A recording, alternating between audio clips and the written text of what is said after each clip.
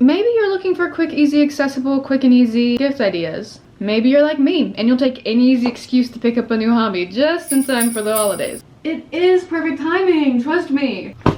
Who said that? And why were they so right? And handsome. Hello all, my name is Ellie, and today we are going through my master list of tried and true presents for a holiday, birthday, or any day occasions for your loved ones. Here today, I will give you very easy, cute, fun, quirky, trendy little DIYs. We have ranged levels of difficulty, but I'm certain you will find something that is either within your budget or completely free, depending on the materials that you have. I'm devoted to making this Christmas cheap and affordable and free of endless shopping, trying to find the perfect gift for somebody from a store that's trying to appeal to the masses. With that being said, let's get started. Merry Christmas. Starting out, we have macrame plant hangers. Now, this is a very quick, easy, simple gift that still feels very meaningful to the plant lovers in your life. And now, macrame can be very intricate and complicated, but what we're going to be doing is not intricate or complicated. I've gifted a macrame hanger more than I can count, and it's always met with excitement. Now, you can get this so cheap, pretty much from any craft store. It was between $5 to $10, very cheap and affordable. It was a lot bigger when I first got it, and I've made probably 7 hangers from it so far, and I think I could get at least 2 more out of this. Okay, let's get started. To start out, we are going to measure 6 equal lengths of string. I just go with my arm span and double that over 6 times. I recommend having a little helper that will help you measure out the string, and they're so cute. It won't get tangled up or anything, so don't worry about that. Now, I actually lied. I can get so many more from this. I cut off all of this and it looks like I didn't take any off, barely. You start off by folding the 6 strings over themselves, aligning them in the middle. You can either wrap some tape around this part and tape it to a surface. I honestly just like to wrap it around my monitor because this leaves my entire desk space open to work on all my knots. Now, if you look here, I started by doing some simple knots, a set of 4 and then another set of 4 on 3 different strands. And these are the simple, I'll put up like a image of what it looks like. I've done a more in-depth tutorial. This is just kind of inspiration of what you can do, and so I don't want to overload you with a bunch of information because we have more things to get through. So now that I have this started, this is the part that's going to be hanging down. We are now going to create where the pot will be sitting. So I'm going to do the same style of knots, but I will be combining 2 different strands together. And then as we go, we will alternate, so it'll create a little basket that will hold the plant pot.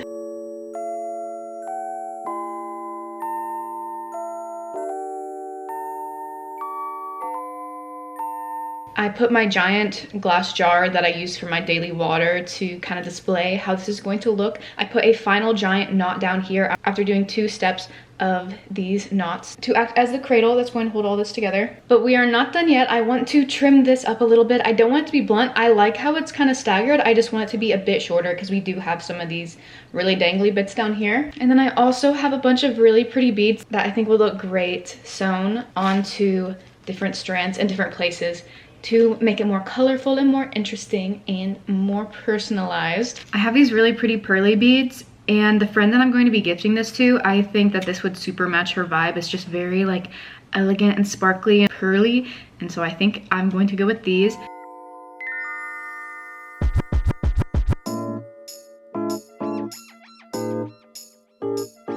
Look at that. I think I'm pretty happy with the way that turned out. It's just so cute and it adds a little bit more razzle dazzle. I'm just gonna do a little trimming here. I think I want to add a couple little beads down here as well. I'm going a little bead crazy, but what am I supposed to do? So I will add that and then I will show you the finished product.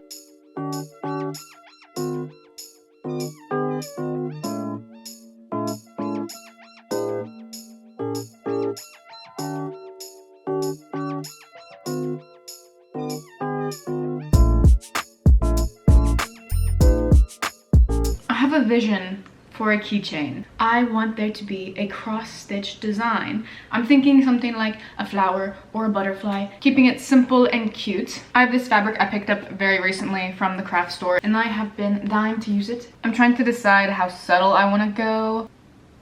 I think I want to go for the lighter pink. If you're not a cross stitch expert, which you don't have to be, I'm not expecting you to be, I'm not either. Pinterest, our saving grace always. You can look up cross stitch art so easily. Just look up cross stitch and then whatever design that you have in mind, and there will be so many different versions. I'm going with something smaller scale because this is going to be a keychain. You can go as big and brazy as you want. You will need a few more things for this one, and you can make it happen with these 3 things only. But if you want it to look nicer, there is this fabric. And if you look closely onto this fabric, you can see this like subtle grid that is going on here. If you're going to go a few steps with this, you might as well go the entire mile and grab an embroidery hoop as well. So let me show you how we're going to do this. For now, we will set aside the embroidery floss and grab our 2 different fabrics.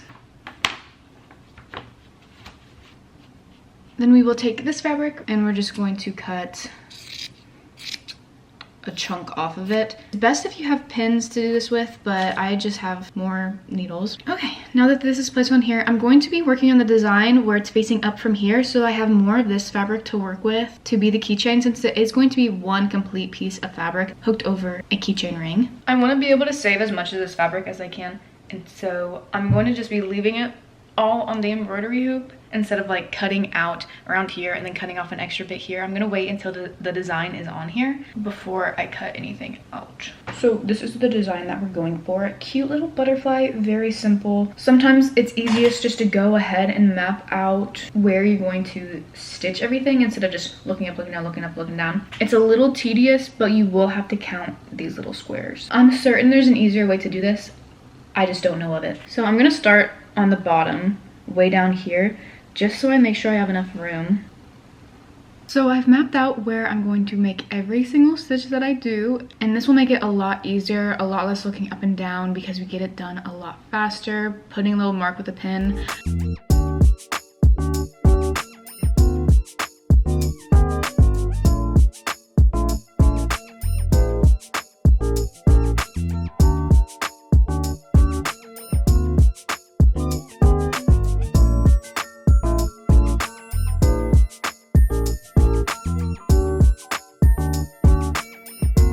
The last stitch.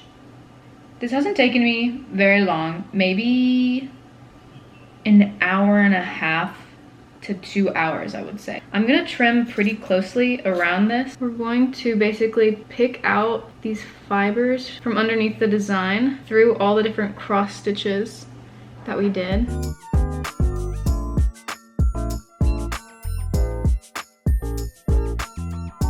Our butterfly! She's so cute. I have this pink felt just to create slight more bulk and squishiness, and so it's just like more satisfying to hold up.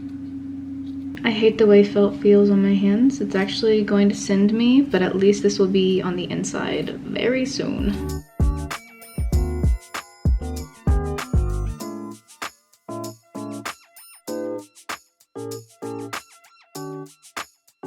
I'm actually loving it. It's turning out perfectly as I was hoping. Last step is trimming the edges, but I will show you the final reveal when I have it on a display key ring for the full effect.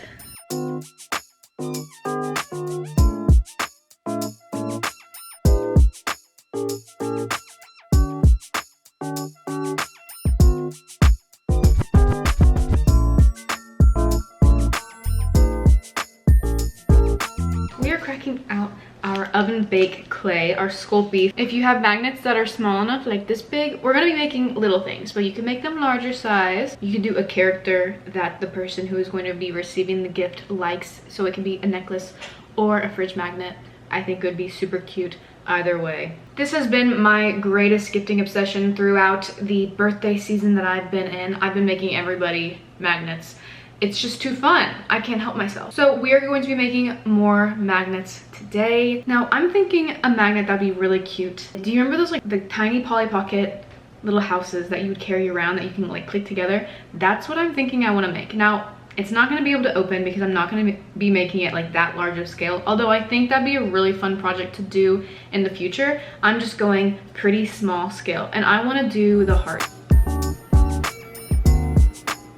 The lining is just getting worse and worse. But I wanted to show you, hopefully you can see some of the details. I'm making a BMO magnet. And I can't tell if it's off-putting if I don't give BMO arms or legs. Maybe it would be rude if I didn't. I probably should. I mean, they're easy enough. I'm gonna give BMO arms and legs. I'm gonna cook them, and I'll see you at some point soon when we paint. We got a BMO and we got a Polly Pocket. Again, I don't know if you can see any of the details.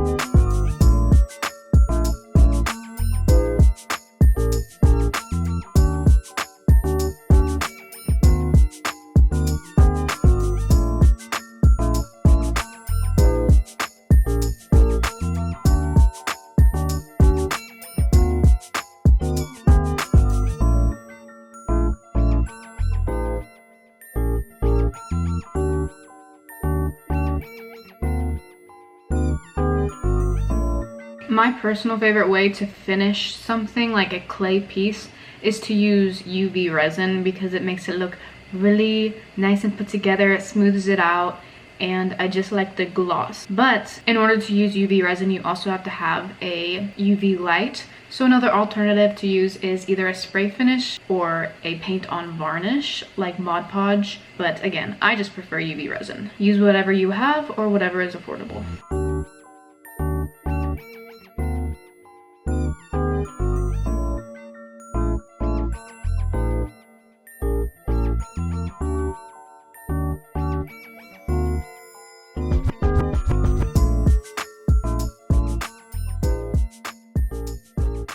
This next one is one of my favorite gifts because it's essentially free.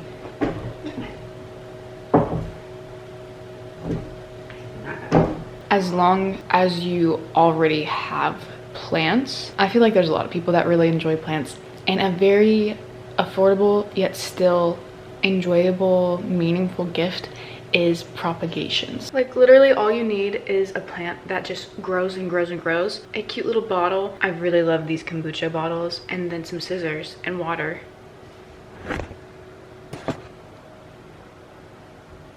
See, so cute. And sometimes whenever I gift a propagation, I like to add cute ribbon or lace ribbon on there just to jazz it up a little bit more. My best friend told me a hack where you cut off multiple leaves so that whenever it grows its roots and you plant it, it will already start off with more leaves on the plant and more areas for more leaves to grow out of, so it makes it more full. This is one of my favorite plants to gift because it's constantly growing. Like, it will not stop growing. It's so full. I can't even tell you how many times I've propagated this plant, and it just, the more you cut off, the more it grows back, especially if you give it water and give it a lot of light. It's my favorite one. I forget the name of it, but I'll look it up and I'll tell you. I like to give propagations to people that are wanting to start to get into plants but are a little bit scared about the care. The care for these are really easy if you want to give instructions to people that you gift this to. You just want to keep it filled up with water, and then whatever plant you have as a propagation, just know what kind of light it likes. Some plants need direct light, some want indirect light, some like really dim spaces. This one likes a lot of bright indirect light, and so I always tell my friends, put it near a window that doesn't get direct sun rays, but where it's sunny pretty much most of the time if you can. This is a very happy, chill plant. It's even cuter with a little bow on there. And also make sure you look up the proper way to cut your plants.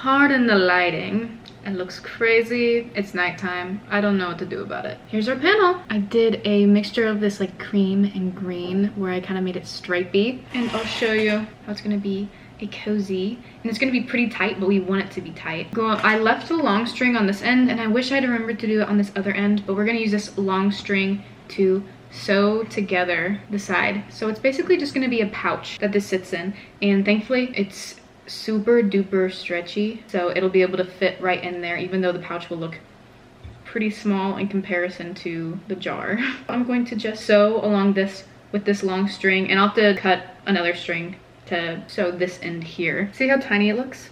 But it's gonna fit. It would be easier to do this if I didn't have water in my jaw. See how cute. Cute little cozy. You can customize with all sorts of different colors.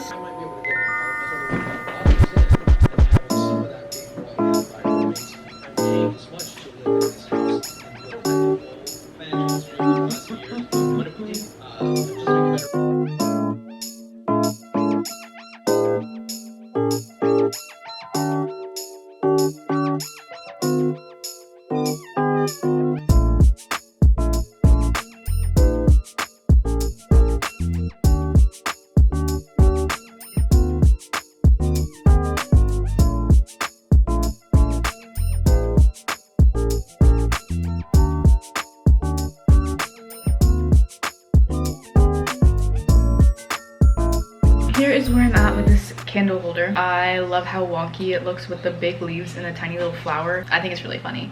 I need to decide what colors I want to do. Obviously a green for the stem, but I don't know what the flower. Maybe we'll just go for a classic pink or pinky red, but I think the shape is really fun and goofy. I'm going to paint it now.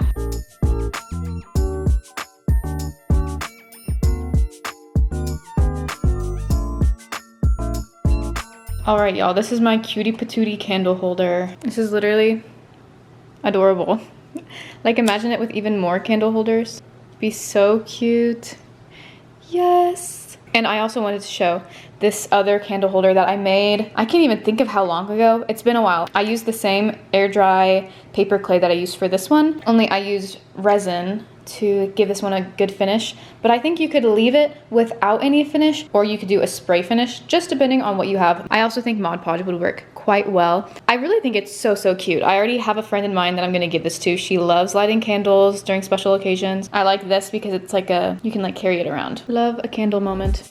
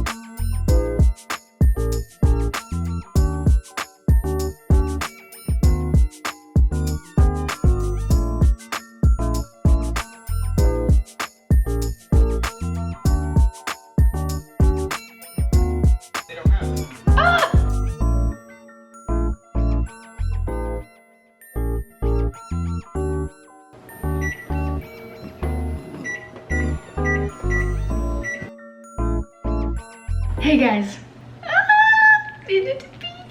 and these are the little creatures that I made. I was gonna do this one as a duck, but I think I should do it as a penguin. I think that'd be so cool. I want them to all be animals that aren't like the go-to that you always see people like using.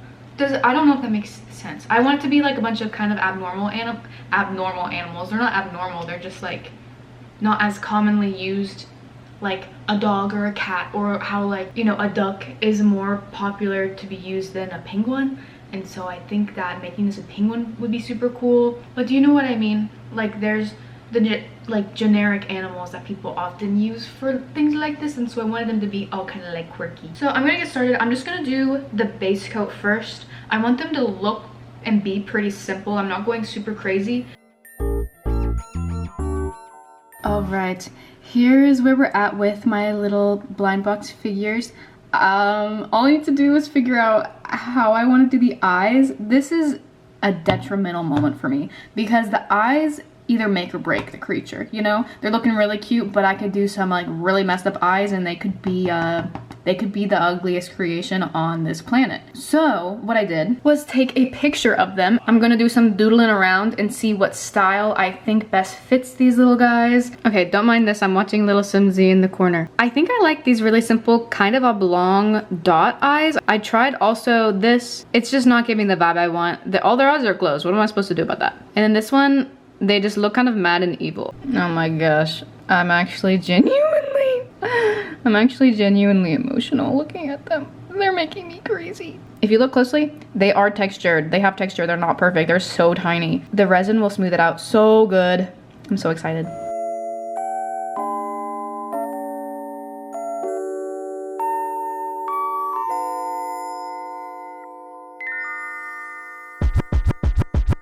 I've been having, admittedly, a lot of fun with the blind boxes. I mean, to be expected. I'm making my own blind box characters. I printed out all of them on the side here and I named them. So I think I'm gonna write the names on here. But again, having a lot of fun. I'm making character cards to put in there with their names on there. So this is Mommy and this is Poi. They're so cute. I want to keep making these. I want to make them and I want to give them to people and sell them. I just think they're so cute. This is one of my favorite parts about them.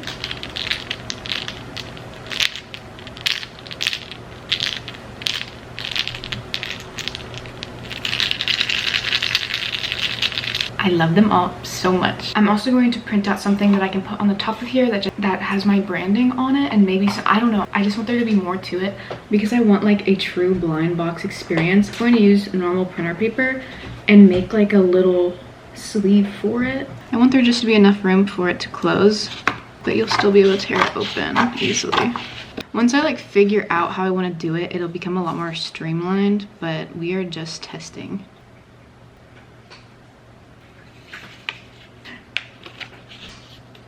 And so I'll know who is in here. I'll take my little box. The card in here, I think it'd be really cute to put like a character card on the back here, like saying what Poi likes to eat and their hobbies or something like cute like that. But I'm gonna put it upside down so you can't see who it is in there. And then I'm going to put the bag with Poi in there. Hopefully I don't end up mixing anything up like that in the future. And then I'll close this. Then I have a whole bag of washi tapes, and so I'm just gonna choose a washi tape that I think fits the vibe. Bright green or this plaid gingham-y one.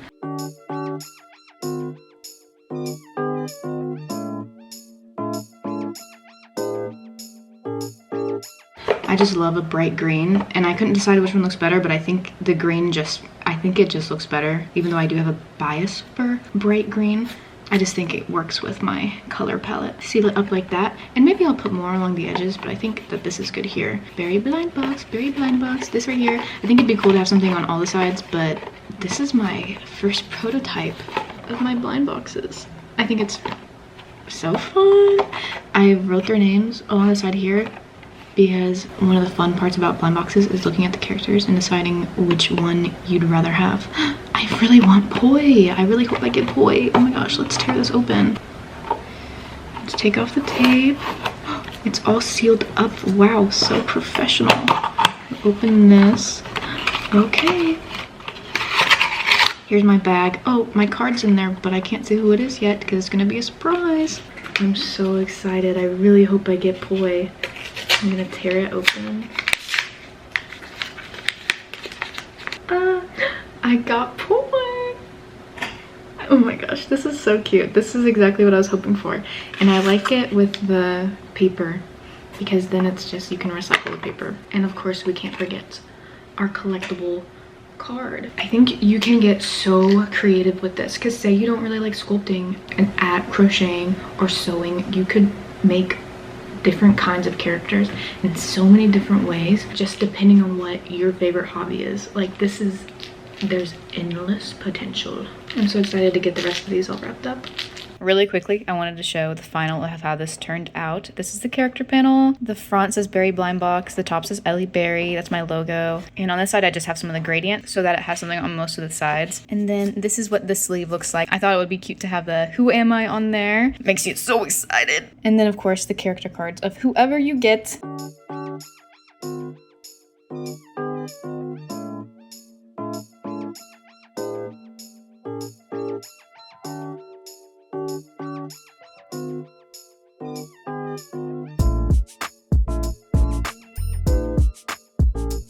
Hello and welcome to the end of the video. If you made it here, thank you so much for watching. Please remember to like and subscribe. I appreciate it very much. I really hope you enjoyed today's video, and I dearly hope that you found something that will be a good gift for somebody that you care for. I hope that something that I showed in this video inspired a new idea. I hope you have a wonderful holiday season, and I also hope I see you in the next video. You can find me in a couple places on the internet. I hope I see you there. Bye!